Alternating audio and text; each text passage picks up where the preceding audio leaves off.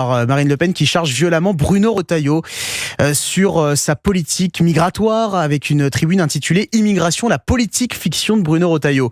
Pourtant, on l'entendait dans le journal et on va peut-être le détailler dans quelques instants, mais les premiers chiffres de l'action de Bruno Retailleau à Beauvau sont plutôt bons. Alors, qu'est-ce qui vaut au ministre de l'Intérieur de telles critiques de la part de votre chef de file ?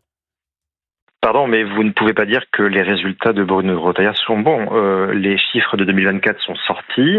Et Bruno Retailleau est arrivé fin septembre, c'est pour ça qu'il y a un petit décalage entre les chiffres.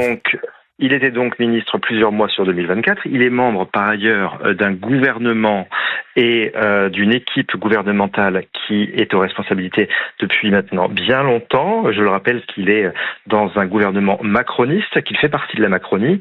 Et forcément, les résultats des chiffres de l'immigration en 2024 sont aussi son bilan.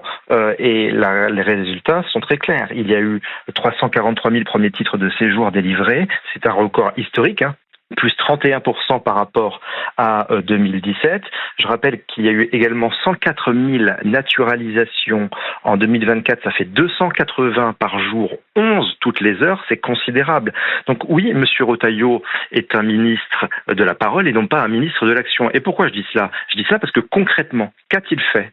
Concrètement, les Français voient-ils la différence au quotidien en termes d'immigration ? La réponse est non.